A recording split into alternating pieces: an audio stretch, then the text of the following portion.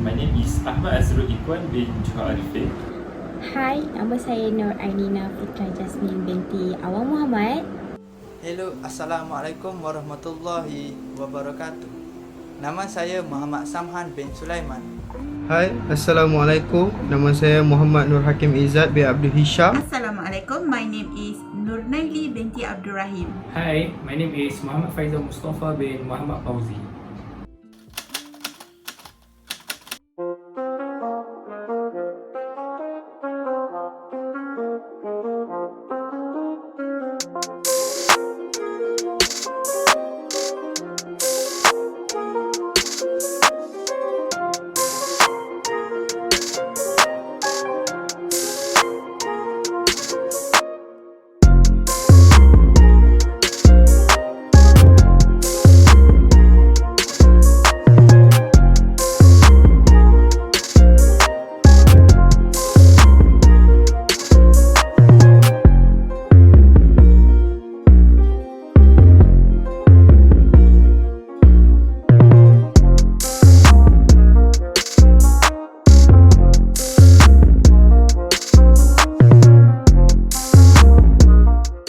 Assalamualaikum dan selamat sejahtera saya ucapkan.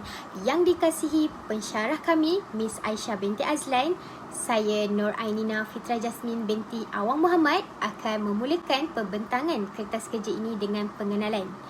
Jadi, kertas kerja ini telah membuat kajian menggunakan artikel yang bertajuk Menangani Cabaran Umat Islam Era Moden oleh Muhammad Roslan bin Noor. Berdasarkan sudutan video yang telah kami paparkan sebelum ini, ia merupakan isi kandung pengulasan daripada penulis yang kami keluarkan dan tunjuk realiti sebenar cabaran yang dihadapi oleh umat Islam zaman kini. Penulisan artikel mengulas isu kritikal yang dihadapi oleh umat Islam pada masa kini dan kertas kerja ini akan membentangkan isu-isu semasa yang berkaitan dengan tema perbahasan artikel yang ditulis oleh penulis ini. Cadangan dan solusi akan dibincangkan untuk menyedarkan tentang kelalaian umat Islam dan pelbagai cabaran yang akan dihadapi dari masa ke semasa. Artikel yang dirujuk ini menjelaskan bahawa pada zaman kini umat Islam berdepan dengan pelbagai cabaran yang kita sendiri tidak dapat menjangkakan akan kehadiran pelbagai budaya atau fahaman yang kita sendiri tidak tahu asal-usulnya. Cabaran yang kita semua hadapi ini sememangnya perlu ditangani dengan sebaiknya agar umat Islam sedar bahawa perkara seperti ini perlahan-lahan akan menghanyutkan iman kita semua. Terdapat dua cabaran yang dinyatakan oleh penulis, iaitu yang pertama, budaya hedonisme yang menjajah umat Islam agar terus lalai dan tidak mengerjakan ibadah yang telah ditetapkan. Seperti kita semua tahu bahawa manusia itu sendiri lalai, dan apabila adanya perkara yang menghasut untuk terus lalai menjadikan umat Islam ini seronok akan keseronokan yang disajikan sehingga lupa untuk menjaga akidah sebagai umat Islam yang telah disyariatkan. Budaya hedonisme ini telah melahirkan generasi muda yang tidak mementingkan masa depan dan ianya semakin berleluasa. Sifat berfoya-foya dan suka akan keseronokan yang melampau ini menjadi satu ejen yang menghakis amalan berbahasa di dalam kalangan anak muda. Saya akan membentangkan kajian literatur berkaitan dengan hedonisme. Berdasarkan artikel oleh Muhammad Roslan Muhammad Noor pada tahun 2011, beliau ada menerangkan bahawa budaya hedonisme adalah pemikiran dan cara hidup yang jauh terpesun dari ajaran agama Islam. Kerana budaya hedonisme adalah budaya yang berpaksikan keseronokan tanpa batas.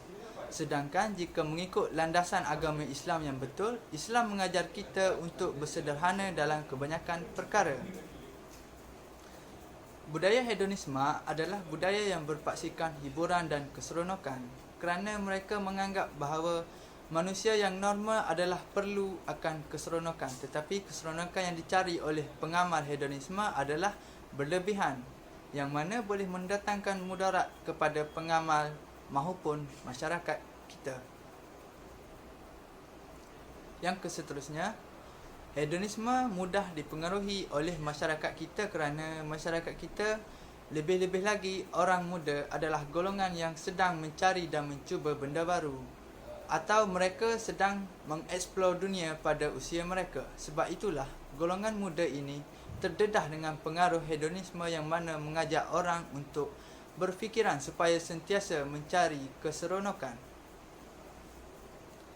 Punca-punca yang boleh mempengaruhi minda masyarakat adalah boleh dibahagikan kepada dua, iaitu pengaruh dalaman dan pengaruh luaran.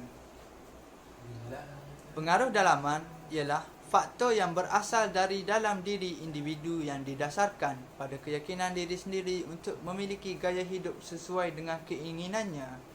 Manakala pengaruh luaran pula faktor yang berasal dari luar individu yang dipengaruhi oleh kelompok referensi, iaitu terdiri dari ahli keluarga, pergaulan di sekolah, pengaruh dari luar sekolah iaitu pergaulan di kawasan tempat tinggal. Pengaruh hedonisme perlu ditangani oleh masyarakat kini dengan segera dan lebih efektif kerana pengaruh ini boleh menjejaskan pemikiran generasi yang akan datang. Bak kata pepatah, generasi kini adalah cerminan kepada generasi akan datang. Jika generasi kini sudah terpesong pahamannya, maka generasi akan datang sudah tentu terpesong juga pahaman mereka. Sekian, terima kasih. Poin yang seterusnya adalah mengenai pemikiran Islam liberal mendukung perjuangan gender. Di dalam artikel yang diterbitkan ini, penulis telah menceritakan pemikiran Islam liberal mendukung perjuangan gender. Penulis ada juga menceritakan tentang pandangan Sohaib bin Sheikh mengenai pemikir liberal melihat bahawa hukum hakam yang digariskan oleh pemuka-pemuka mazhab tidak seharusnya diikut semuanya menurut Muhammad Noor. Di dalam buku Islam Liberal, isu dan cabaran dalam perbincangan pengaruh orientalis terhadap pemikiran Islam liberal, terdapat unsur-unsur yang tentang perjuangan kesaksamaan gender yang dijadikan agenda utama kelompok perjuangan wanita yang mempunyai kesinambungan dari pemikiran liberal yang melanda pemikir-pemikir Islam. Kelompok tersebut lebih dikenali sebagai Islam liberal. Tambahan lagi, di dalam buku tersebut menceritakan tentang pertubuhan jaringan Islam liberal JIL yang membawa agenda baru bagi membawa Islam dalam wajah yang lebih liberal menurut Muhammad Noor. Dalam pada itu, penulis juga boleh mengisi kekosongan dengan menghuraikan tentang isu kesetaraan gender antara salah satu isu-isu liberalisme yang berlaku di dunia, iaitu wanita dijadikan sebagai subjek perhambaan kerana wanita dianggap mempunyai sikap yang lemah, tahap akal yang rendah dan sentiasa memerlukan pertolongan lelaki mengakibatkan kedudukan wanita terletak di bawah lelaki. Saya nak cakap tentang pengaruh Hinduisme, latar belakang budaya Hinduisme. Okey, pengaruh utama Hinduisme ini sebenarnya timbul dari pengaruh kehidupan mereka sendiri. Seperti yang sedia maklum, kita dapat ketahui yang kebanyakan keluarga yang berada di Malaysia ini banyak melebihkan atau mementingkan isu-isu hiburan melebihi daripada agama. Dan apabila isu ini berlaku, ia akan menyebabkan kebanyakan kita terlalu ke arah hiburan dan juga merosakkan anak muda yang akan datang. Seterusnya ialah definisi Hinduisme. Hinduisme ataupun lebih dikenali sebagai budaya Hinduni ini adalah berkaitan dalam etimologi, iaitu mencari kesenangan semata-mata tanpa memikirkan hal-hal berkaitan agama. Seperti yang diberitahu sebelum ini, saya menekankan sekali lagi bahawasanya Hinduisme ini ialah budaya yang memandang ke arah barat. Seperti yang kita ketahui, negara-negara ke arah barat hanya mementingkan isu-isu hiburan dan juga isu-isu yang tiada langsung berkaitan dengan agama. Dan apabila segala perkara ini diterapkan di dalam anak itu sendiri, dan ia akan membesar dengan tanpa mengenali apa itu budaya, apa itu adat dan apa juga itu agama. So, di sini kita boleh simpulkan bahawasanya Hinduisme ini sangatlah merebak dengan luas seperti cendawan yang tumbuh selepas hujan. So, antara contoh budaya Hinduisme di Malaysia ini ialah seperti yang kita tahu daripada sebelum ini, kita mengagungkan budaya barat yang gemar berhibur dan bersosialisasi dengan bebas sehingga memberi implikasi dalam kehidupan.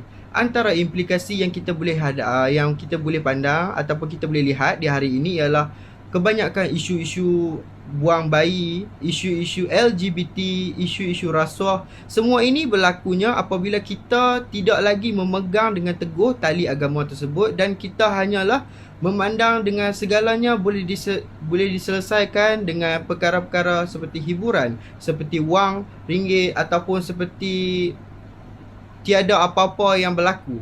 So di sini saya ingin menyatakan sekali lagi, Hinduisme ini adalah budaya Hindunik yang diamalkan oleh masyarakat Melayu sejak daripada zaman dahulu lagi, yang dibawa masuk oleh penjajah-penjajah yang seperti yang kita tahu, penjajah-penjajah British dan juga penjajah-penjajah yang telah memusnahkan segala adat-adat Melayu yang terdahulu. Liberalism merupakan reaksi daripada individu yang ditindas oleh kaum bangsawan dan juga agamawan pada zaman absolut monarki. Pada era tersebut, individu dikehendaki untuk patuh akan kekuasaan yang dimiliki oleh para bangsawan dan kaum agama, dan disebabkan itu mereka merasa terbeban dengan kekuasaan tersebut, lalu menimbulkan rasa ingin melepaskan diri dan memperjuangkan kemerdekaan mereka. Setelah berjaya untuk memperjuangkan hak kemerdekaan mereka, kebebasan mereka telah terjamin dengan adanya Piagam Magna Carta 1215, di mana dalam piagam tersebut beberapa perjanjian telah dilakukan. Antaranya, Keturunan Raja berjanji untuk menghormati kemerdekaan, hak dan kebebasan gereja Inggeris, dan juga dalam piagam tersebut telah dinyatakan bahawa hak asasi manusia adalah lebih penting daripada kedaulatan hukum atau kekuasaan.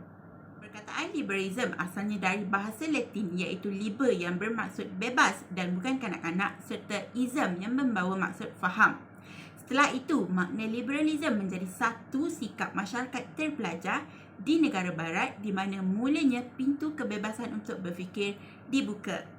Selain itu, pada tahun 1776 hingga 1788, Edward Gibbon telah menjadikan perkataan liberal menjadi satu perkara yang membawa kepada kesan positif di mana ianya bebas dari prasangka dan mempunyai sifat toleransi. Setelah itu, maksud liberal telah melalui perubahan dan berkembang menjadi kebebasan yang berintelektual, mempunyai fikiran yang luas, jujur, ramah dan mempunyai sikap terbuka dalam diri. Liberalism juga menjadi satu kefahaman dan tradisi politik di mana fokusnya lebih kepada kebebasan dan persamaan hak individu di dalam masyarakat. Oleh itu, sesuatu negara dan pentadbirnya hendaklah menghormati dan melindungi kebebasan dan hak setiap rakyat dalam pelbagai aspek kehidupan. Terdapat beberapa orang tokoh liberalism, antaranya John Locke, John Jack Rousseau dan Voltaire.